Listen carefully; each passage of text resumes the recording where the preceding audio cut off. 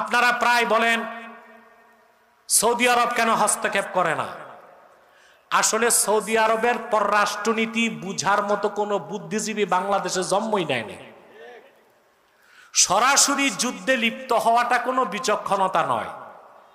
তবে আপনারা জানেন না, হামাসকে টানেল করার যত টাকা, বুঝলেন, অস্ত্র কিনার যত টাকা সব দিছে সৌদি আরব আর কাতার সরকার।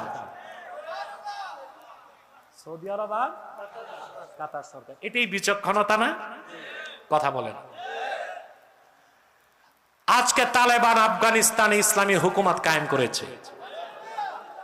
সৌদি আরবিয়া, আরব সরকার তালেবানকে $120 মিলিয়ন অর্থনৈতিক সহযোগিতা করছে। এটা কি বিচক্ষণতা না? সৌদির বাদশা যারা, ওনাদের মাথা ঠান্ডা, বাঙালির মতো হুজুগে বাঙ্গাল, গরম মাথায় একটা কিছু করে বসে থাকবে এইরকম চিন্তা নিয়ে ওনারা চলেন না।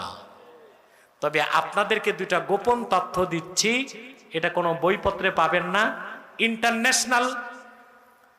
ইন্টারন্যাশনাল আপনার ওই পত্রিকাগুলো পড়লে দেখবেন, আগের পুরনো আর্কাইভ থেকে বের করে